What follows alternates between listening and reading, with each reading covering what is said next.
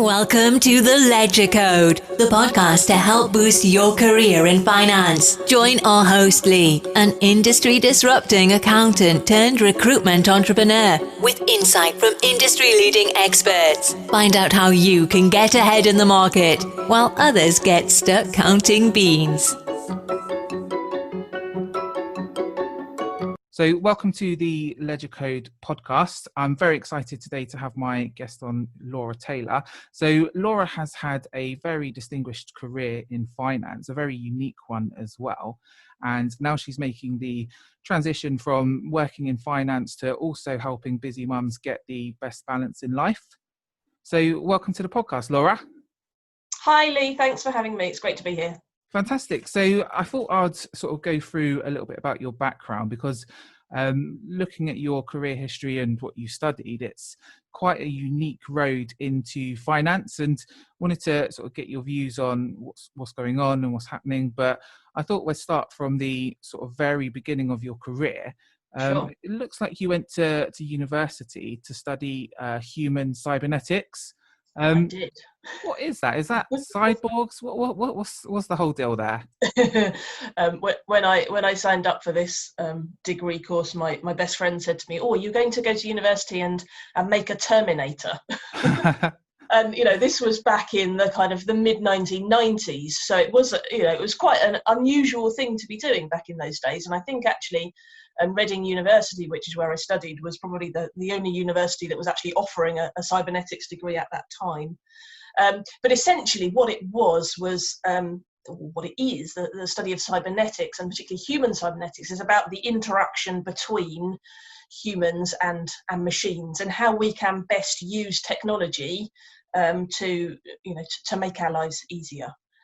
So it had bits and pieces of things like psychology and business management, but also robotics and artificial life and virtual reality and that kind of thing. So really interesting thing to study, and not didn't include any accountancy whatsoever.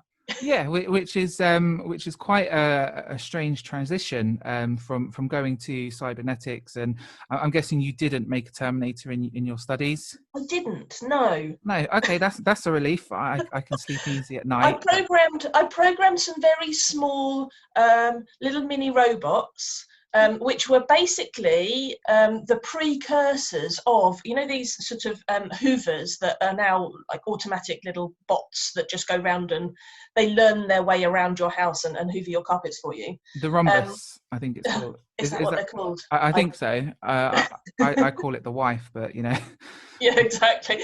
But yeah, these we programmed little robots to learn their way around, and that was back in, like I say, back in the sort of mid 90s. So it was the precursor to all of these gadgets and devices that are now almost commonplace. Oh wow! And so having sort of learnt that and then transitioning to finance, that is quite a jump. What made you decide to go into finance from there? Yeah, it is strange. I mean, I suppose I knew that whilst I was okay in the, well, I say okay, I got a double first at university, so I was clearly brilliant at studying human cybernetics, but it didn't feel natural to me. And numbers and spreadsheets has always felt natural to me. Yeah. I knew I didn't want to be a software developer, which might have been a natural transition from there. So it was essentially looking at, well, what can I, where are my skills, and how can I best utilize those skills and build on those, because ultimately I had this vision for my life that I wanted to own my own business. And therefore, what will I go on to do that will stand me in good stead, sort of no matter where I end up? And that's really why I signed up for, I applied to all I think it was the big six at that point, accountancy firms, for the graduate intake, to spend, 3 years doing an accountancy qualification to become a chartered accountant, because I thought, well, whatever I then go on to choose to do, because I don't really know what I want to be when I grow up, then this will stand me in good stead, and it'll be a good basic business grounding. So that's really why I ended up in accounting. And it felt like I'm not actually committing to this. This is just, I'm basically just doing another 3 years of training. This isn't a career. This is just another 3 years of training. And then I'll move on and I'll do something else because I'll have worked it all out by then. Yeah, exactly. I completely agree that, finance is the lifeblood of a business. And by having that cornerstone skill, it puts you in good stead to, carry on with business in general.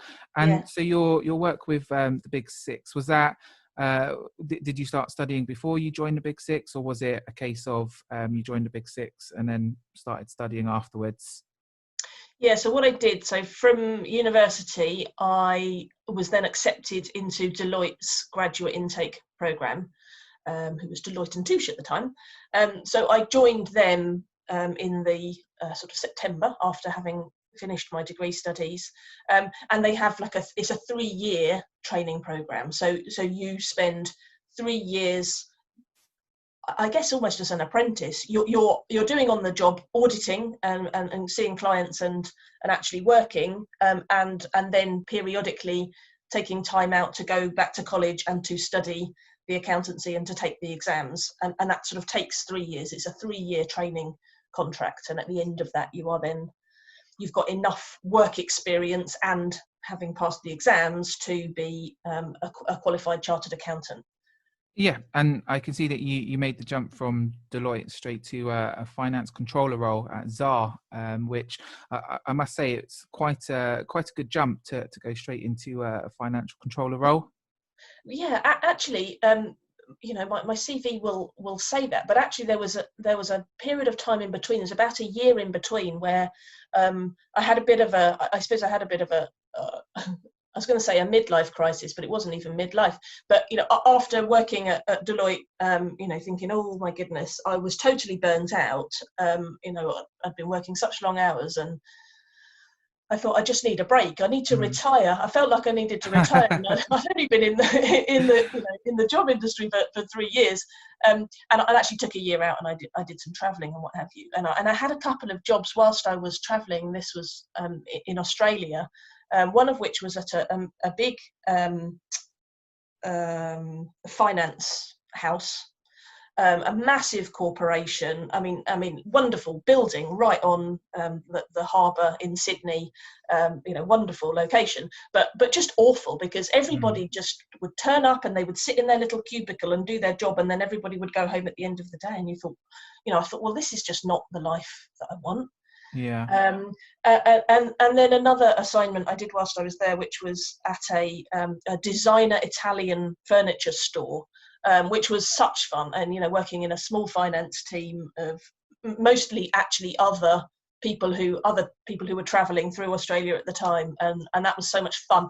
And that really helped me to shape what kind of environment is it that I want to work in.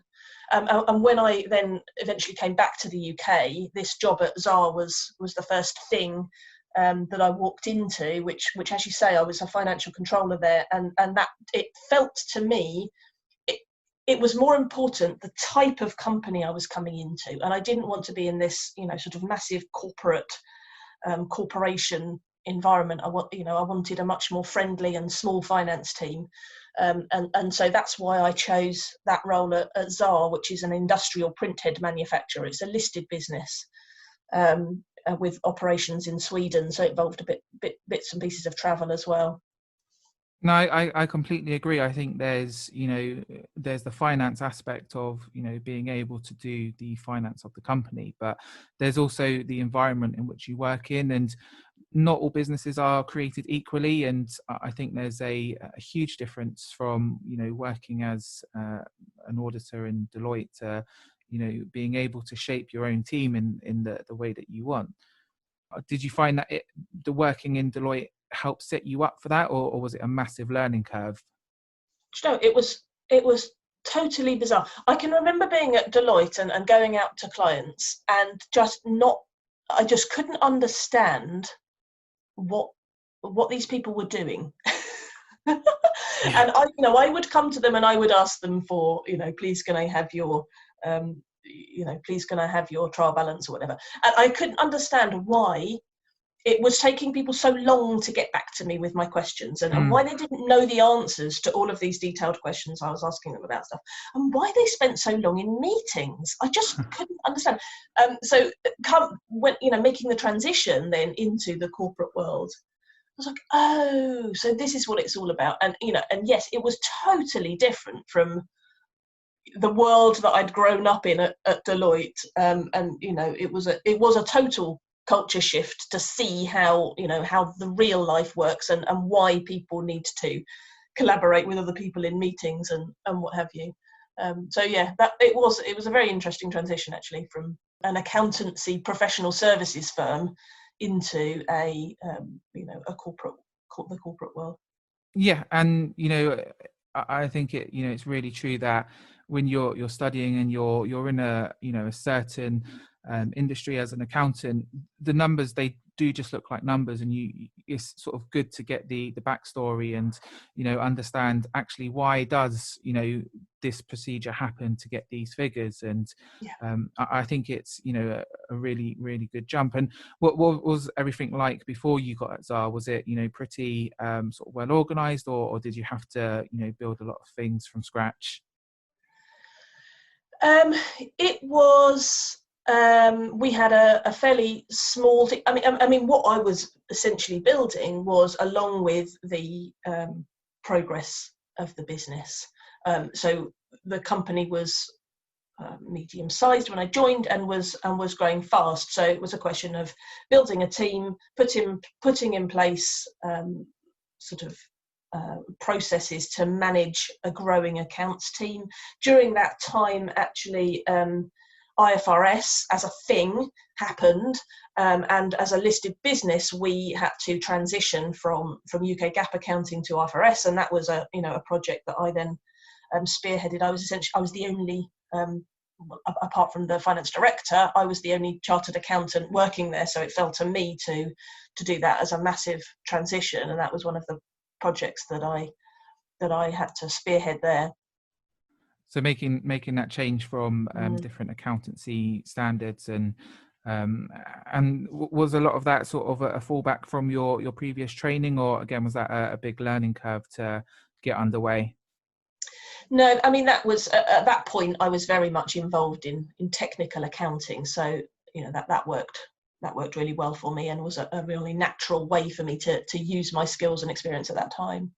Okay, fantastic. And then going from just working on the finance to being in charge of a team, did you sort of take it like a duck to water, managing sort of other people's workloads, and bringing the whole people's personalities into play within a team, not just their skills? Yeah, totally. That was, and that became even more important when I moved from Xaar to Abcam. Abcam is another listed business in Cambridge, big business, and we had a much larger finance team there, because the way that Abcam does business is very much transactional. So it's selling a much higher volume of small value things, whereas at Xaar we were selling a typical invoice at Xaar was, say, £100,000. Yeah. Typical invoice at Abcam was more like £30. Yeah. So huge volume. So we had a big finance team of transactional accountants, and that was really interesting. And in my time at Abcam, I think when I joined there was maybe 80 people. By the time I left, there was over 1,000. So huge growth, and that included doing acquisitions and having global offices. So managing finance teams then became a huge part of my role, and not just finance teams within the same building as me, but also remote and across the world, and that was very interesting in terms of particularly how different cultures of people actually work, and what's the best way to organise and run meetings when you've got remote finance teams, and how often should you be going out and physically visiting these people, But yeah, I mean, I absolutely adore managing people, and I've been very lucky to have some excellent people who have worked for me. And I think as a manager, that's, particularly when you're recruiting, it's so important to be looking for people who are going to have not just the skill set that you need for that particular role, but also the right personality and how they're going to fit within the team and how they're going to fit with you in terms of your management style and the way that they like to work. And if you can build that personal relationship with the people that are working for you, life just becomes a whole lot easier. Yeah, exactly. And with Abcam, because they are multinational and they have sort of offices all around the world, it is about understanding people's different cultures, and what might seem perfectly normal to you might seem alien to someone else. Yeah, totally. And I feel as a recruiter myself, that there's sort of two levels of skills. There's the being able to do the job, but then there's also being able to get on with sort of everyone in the team, which I find is really key, especially in the world of finance. And so within Abcam as well, so you started to look at more of an investment relation role as well, to sort of get more funding in. Tell us a little bit about that. Yeah, so this is, I suppose it goes back to a point that you were just making a little bit earlier, which is about, it's so important within finance to not just be looking at numbers in a spreadsheet and, this is, here's my bank reconciliation, for example, or, here's my management accounts. It's about, what does that actually mean? There's no point just churning out numbers. It's understanding, what does that mean in the wider context of running this business? And as a financial controller or a finance director, people are often looking inwards. So it's exactly what I just said. It's looking at this business information that's being created, and how can I use that data, use that information to make better decisions about how we're running this business. On the flip side of that was when I moved into this head of investor relations role. And at that point, you're switching into a totally different mindset, because an investor is looking at your business with a totally different set of glasses on compared to how you were previously looking at it when you're just internal and you're just running it internally. And and their questions are very much different to the internal questions that are being answered. And that really opened my eyes to actually how is this organization being viewed from the outside and not just from the inside. And that role was really about speaking with potential investors, and a big part of it was analysts, who are sort of the people in the city who write about your business and manage investors in terms of the different opportunities that they have, different companies that they could be investing in and managing funds and what have you. So they're kind of a bit like your window into the investment community. So it's really important to manage those analysts and the sorts of things that they're saying about your business, so that they understand what you're doing and why you're doing it.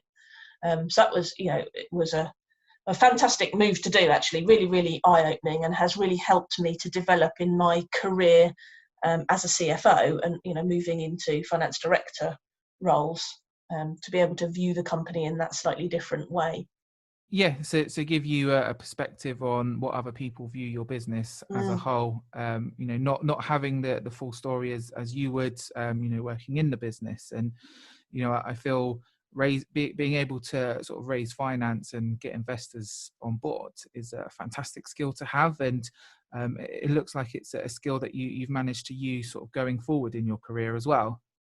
I have, yeah. So after leaving Abcam, I guess I moved my career to become CFO role in private SMEs.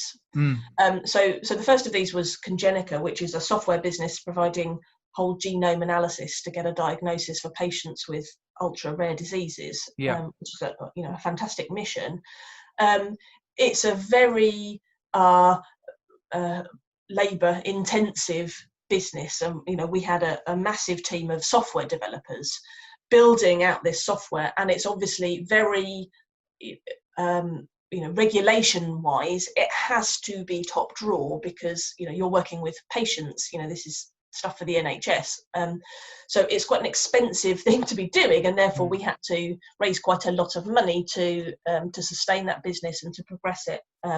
So I was involved there in doing the Series B fundraising, and I raised £10 million whilst I was there, from various venture capitalist firms, and you kiss a lot of frogs when you're trying to raise money. It's a bit like Dragon's Den. You go in and you have the meeting with these people, and they say, I'm out, and then you move on to the next set of people, and they say, I'm out, and then the next set, and they say, well, I'm quite interested, and tell me more about this. And you generate all of these different conversations, and eventually you find the right firms that are the best match for your business and what you're trying to do, and they're in that, and they believe in what you're doing, and they're willing to to take a chance and to put their money in, and to come to a great beneficial arrangement that suits both parties.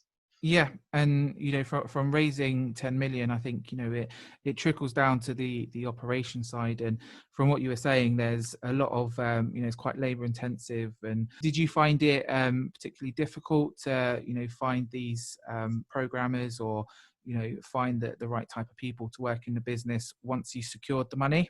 So software developer recruitment is a really interesting space, and particularly within Cambridge, which is where I live. I think there's a really high demand. We live in a really technical sort of bubble of the country, and there's a really, really high demand for brilliant software developers, and therefore the amount of money you're having to pay to these people is inflated, and that's where it becomes an issue to attract the right caliber of candidates.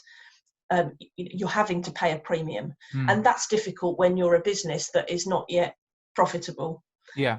So finding that right balance of the type of person you need, and do you take a risk potentially on a slightly less experienced candidate because you believe they're going to be able to grow into the role, and they're really bright and they're just going to take it on and run with it, and you're going to be able to train them up really quickly, versus and pay slightly less, versus just having somebody who's just going to be able to take the ball and run with it and be brilliant from the start, but you're going to pay a massive premium. So we did struggle to find the right balance there when we were at Congenica, particularly when you're in the process of raising money, and you're potentially running out of money, and you're thinking, but I really need these people to keep the business going, but I've got to manage that, and I can't be in a position where I'm I don't have enough money to pay payroll. Yeah. So yeah, it was a tricky balance to find the right people at the right sort of budget level. Yeah, exactly. And with it being a fairly sort of new business, going in as the CFO, did you have to build a lot of the systems up from scratch? Certainly the finance systems, yes. I mean, there was no finance function when I joined, and I think that's probably quite usual for the first time that a head of finance or a CFO role is created in an SME, that they have not. It's maybe been outsourced to an accountancy firm previously, and they've maybe just had a guy come in and do management accounts for a couple of days a month or whatever. So coming in as the CFO, it was really a question of formalising reporting, formalising what we're doing, and coming up with a suite of reports that makes sense in terms of what information the board is looking at, and what information we need in order to run the business appropriately. Yeah, and you're also in the top 50 of female leaders in the scientific community as well for 2 years running. I was. How did that come about? This was a scheme, and it's still going. It's run by a lady called Miranda Weston Smith, and she's big in the world of promoting women as leaders, and she puts together, I think every year, a list of the 50 best women within the life sciences world. And she was put in contact with me by the chairman at Congenica at the time, Andy Richards, who is a sort of a big name in Cambridge. And I think that's been one of the parts of my career that I'm most proud, which is about building up my reputation as a brilliant finance director. I've found, I've never, apart from my very first role moving out of Deloitte, apart from then, I've never really had to use the likes of you as recruitment consultants, because I've built out that network of people who know me and respect me and and appreciate me for the value that I'm adding to businesses, and building up that reputation is so key in terms of opening doors for you. And that's really how the whole interviews with Miranda came about, which was just, a door had been opened, a recommendation was made, and at that point you've been given the authority and the platform to speak into what it is that you're brilliant at. So yeah, it was wonderful to be recognised, particularly 2 years in a row. Yeah, and it does amazing sort of work for your personal brand, which, from what you say, if you're recognised, you never have to go short for work again if you're a brand in your own right. Yeah, totally. And so all that experience culminated into your current role at Future You, where you're the CFO, and you've hit on it looks like you've raised sort of 2.1 million as well, and it's quite focused on e-commerce now at the moment. How did that role shift come about? Again, it's just all about who I know. So the CEO at Future You Cambridge, which we sell nutritional supplements and, as you say, direct to consumer over the internet and over the phone, essentially. The CEO of that business, Adam Cleveley, is all. We worked together at Abcam, and the rest of the management team at Future You Cambridge. The majority of us all know each other from Abcam, so we've known each other and worked together brilliantly previously in our previous lives. So Adam basically just called me up and said, "Look, I need a CFO. Are you on the market? Would you be interested? This is the team of people I've built up. This is the business." And for me, it was, the decision was almost a no-brainer, because I think one of the most important things when you're considering a career shift or moving jobs is the people that you're going to be working with, because it can be the most awesome job in the world, but if you don't get along with the people, you're going to spend so much of your time there that that's a real shame, and you're just not getting to get on, and you're not going to enjoy it. So for me, on the flip side, to be knowing that I'm going to be walking into a group of people who I already know, I know I'm going to just, I know how I get on with each of those people, and how to get the best out of each of those people, and how we work best together. And working with such an awesome bunch of people, cheers me up every day. Yeah. So that's really how that came about. Okay, and so having that established history, do you feel that's helped with the current situation that we're facing during lockdown and the COVID scenario? It has, and I think a huge part of being a brilliant team at work is about having trust and trust in each other, knowing each other well, and being able to have difficult conversations, and to be adults about that conversation, and to brainstorm together, and to feel that we're all in this together, and having that cohesive, those cohesive sort of strings that bind you as a team, really, really important. Yeah, and have you seen a big impact on the business as a whole throughout this pandemic? We have. So we rely on our loyal investors to fund our growth. Now, we were in a position prior to COVID hitting of trying to raise a lot more money, sort of 3-5 million, in order to really accelerate the growth of the business. Yeah. Obviously, COVID hit and financial markets collapsed. There was no way we were going to be able to carry out the plan that we had in place. So we had to really, really pivot quickly and act fast to protect the longevity of the business. And what that looked like was to redefine what success looks like for the business, which means we're going to cut back on our spend. We're going to grow more slowly, but on a much more de-risked cash flow profile. So like I say, we're going to reduce that spend, and we're really going to focus in really narrowly on just the activities we know that work and that deliver immediate value for the business. And then importantly, obviously, to deliver on that plan and to be ruthless in terms of, tight cost management procedures. So we've had to make some difficult decisions, and that has been really, really hard.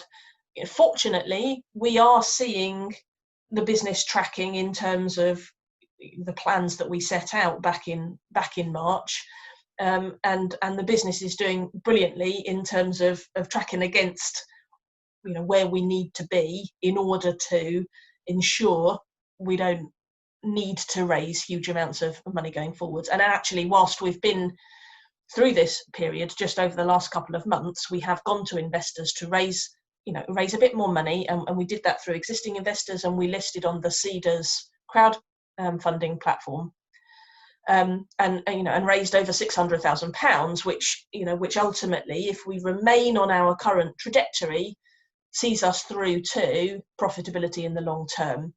So it has been a really, really difficult time, and I suppose in a way it's a bit sad, because we've had to cut down, all the exciting plans that we had to grow fast, and we've created a slightly less sexy business than we wanted to make.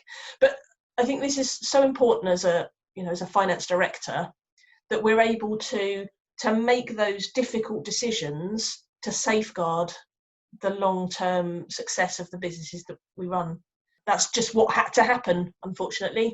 Yeah, and I feel the market's dipped quite heavily at the moment, but from some of the people that I've spoken to and economists, there's going to be a bounce back at some point next year. And I think the plans that you had in place before COVID, I feel like it would be even more rewarding when they come to fruition, even if they're a year or so late than you would have hoped.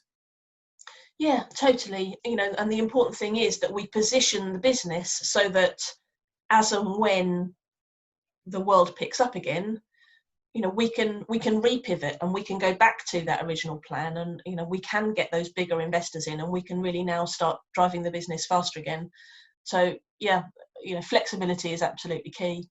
Yeah, and whilst that's all going on as well, you're also having your own stuff to deal with. You're having your own business, in the stages of, starting to get out there and get a bit more well known. How have you found the balance between working during COVID in a quite stressful situation, but also getting your own business sort of up and running?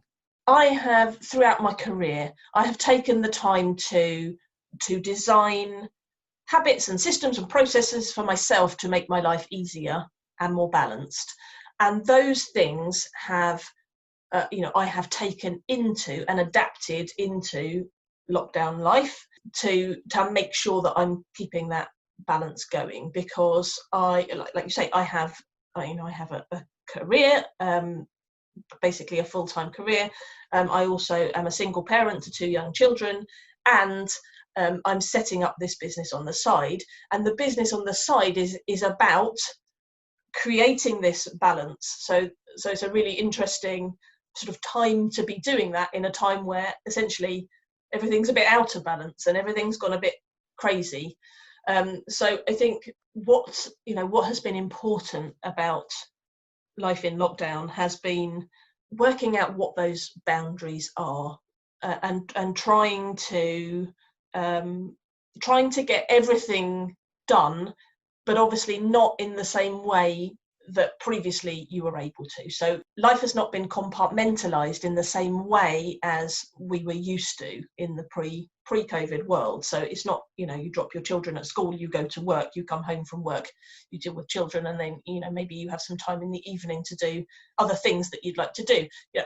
Now everything has been just thrown up in the air, and you're trying to juggle all of those things all at the same time.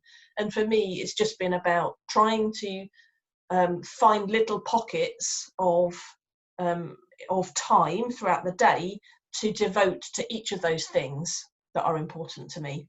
And some of that has been obviously homeschooling my children, and when in the day does that fit in? When in the day can I fit in my work meetings? And then setting up the business on the side has been, I have not been able to accelerate that as quickly as I would have liked, because my first priority is to my current career and to my children and to myself, and making sure that my mental health is taken care of and that I've got time for myself. So that has been a difficult challenge and a difficult juggle. And it's really exciting that I've able to make enough progress that business is now off the ground, and building a growing community of women who are interested in this sort of, I guess, productivity and work-life balance conundrum, and how to navigate that best. Yeah, I completely agree, especially the fact of, our lives did used to be compartmentalized, where, you drop the kids off at school at 9 and then you'll be able to do your work without, giving it a second thought. Whereas now you're in the middle of writing an email, and then, from my personal experience, my son comes over to me wanting me to play Mario, and I find it difficult myself, to say no to him, but also keep in mind that I have to carry on with my work to help build his future.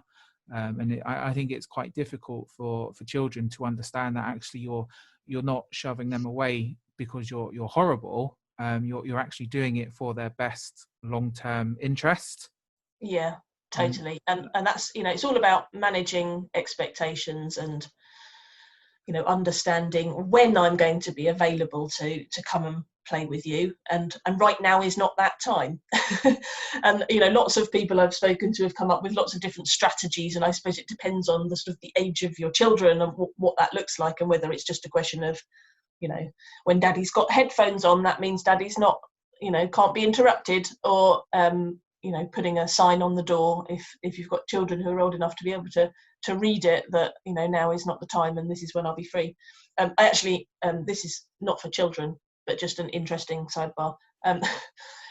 One of my sort of strategies at work, before COVID, when we used to go to offices and things, when I'm trying to really, really focus and get deep work done, and I don't want to be interrupted, I have a very tongue-in-cheek sign, which works if you have a good enough relationship with your colleagues, and this is what your work culture is like. But it says something to the effect of, I'm trying to get some deep work done right now, and it's a sign that I stick up next to my desk. I'm trying to get some deep work done right now. Please don't interrupt me unless you're on fire or you're bringing me a cup of tea. But other than that, please don't interrupt me. And generally this works brilliantly, and then people know, and I put on there, I'm going to be free at 4 o'clock or whatever, so please send me a quick email and I'm going to get back to you at 4 o'clock. But this one time, a guy who was he was an apprentice with us, and he came up and he hovered, and he was obviously reading the sign, but he wasn't going away. And I thought, I'm going to have to deal with him. So I turned around and I said, what, you don't look like you're on fire. And you haven't brought me a cup of tea, so I'm wondering why you're interrupting me. And he said, I just needed your help to work out which post-it notes it was that you wanted me to order from the station people. And I just thought, oh my goodness, you've got so much to learn about life. Bless him, he didn't last much longer after that. Sounds like business critical tasks to me. I know, we can't be running out of post-it notes. we had a similar system where we had a red hat, so it was floated about, and if we're wearing a red hat, that means we can't be disturbed. But before it got off the ground, we had to cancel it because the options were Mario hat or a Donald Trump mega hat. So it was something that didn't get past the whiteboard space. But yeah, completely agree. It's even when you're working from home, you do need that focus time, and there's a lot of distractions sort of going about, especially in home life, and beyond TV, it's children now. And so who would benefit the most from sort of working with you on a coaching level?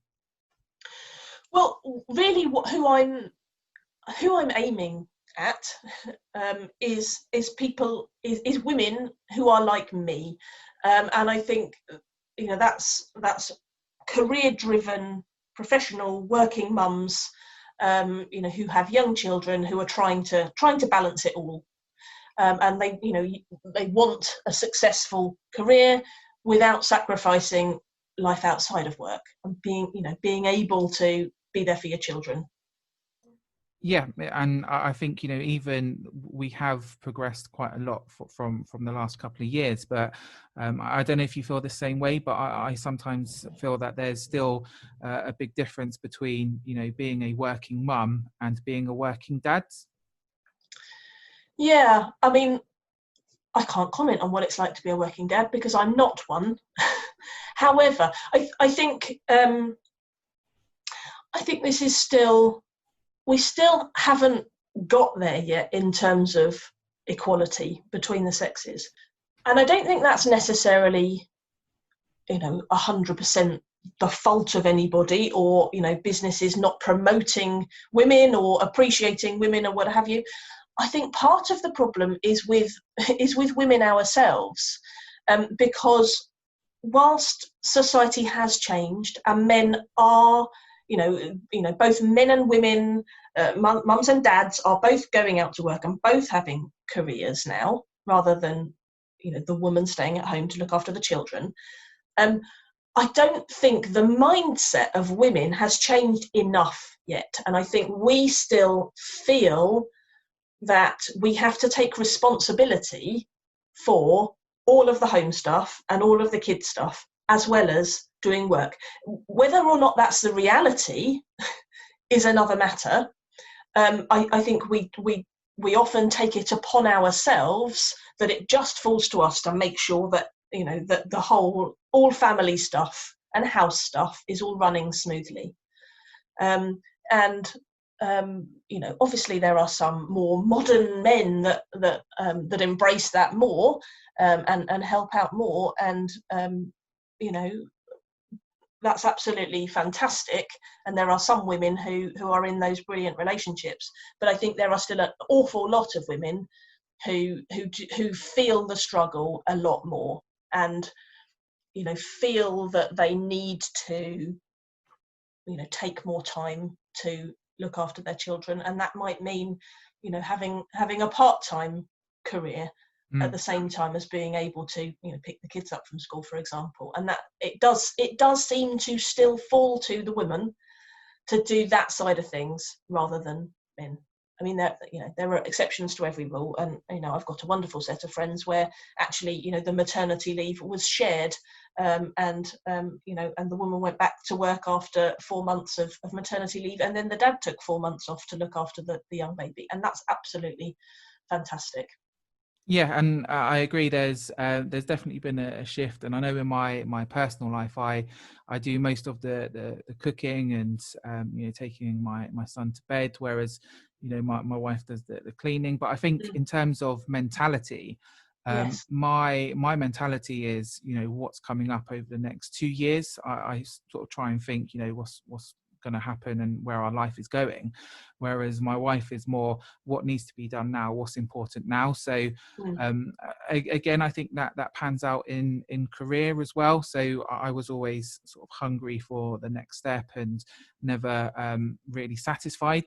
And whereas my wife is more of a, this job works for me now and this sort of benefits us in the present. So I agree that there's definitely in my own personal experience a massive sort of mindset difference. Yeah, for me, that that point that you're making about should we be living in the moment now, or should we be looking ahead, I think is a really important important conversation. And for me, I strongly feel that as individuals to live our best lives and to get to to get to a place where we ultimately want to be and to live our lives in the most fulfilling way, I feel like you need to have that vision. If you think about a business, most businesses, and certainly successful businesses, have a vision statement, and they have worked out what is it as a business that we're trying to achieve? Where are we going? What does that ultimate vision look like for the world of this company? And I think as individuals, it would do us a huge service if we think about this, vision statement for our personal lives. This is what I'm doing right now. I guess if what you're doing right now is all lovely and fabulous and you wouldn't ever want to change anything, that's brilliant. But I think so many of us want more, and we want a better life, and we want more balance in our lives. But in order to get there and to create the balance, you have to have a vision of what it is you're aiming for. Because if you don't know what you're aiming for, you're not going to necessarily get there. If you do, it's by chance. Yeah. But if you know what you're aiming for, you can then make those really small changes in the choices that you're making every day that take you closer to where you ultimately actually want to be living your life.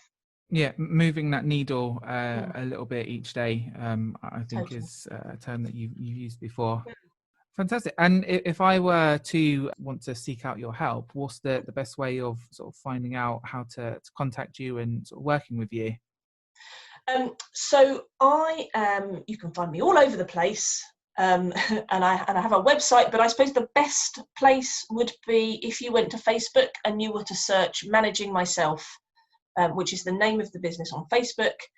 You'll find my business page, and from there you can link to my private group of wonderful like-minded ladies who are on this mission to a better life, and it's called the Work-Life Success Community, with me, Laura Taylor. But yeah, if you search for Managing Myself on Facebook, you will find me there. Fantastic. Thank you very much for your time today, Laura. It's been really eye-opening, and I really look forward to following your career and seeing how you get on with Managing Myself. But yeah, I'd like to thank you. It's been a fantastic eye-opener. You're most welcome. It's a wonderful conversation. Thank you so much. Fantastic. Well, thank you everyone for listening today. And if you'd like more information on Laura, you can join her Facebook page and take it from there. I've been Lee, your host, and I look forward to speaking to you soon. Thank you for listening. Continue the conversation online and visit us at mutualrecruitment.co.uk.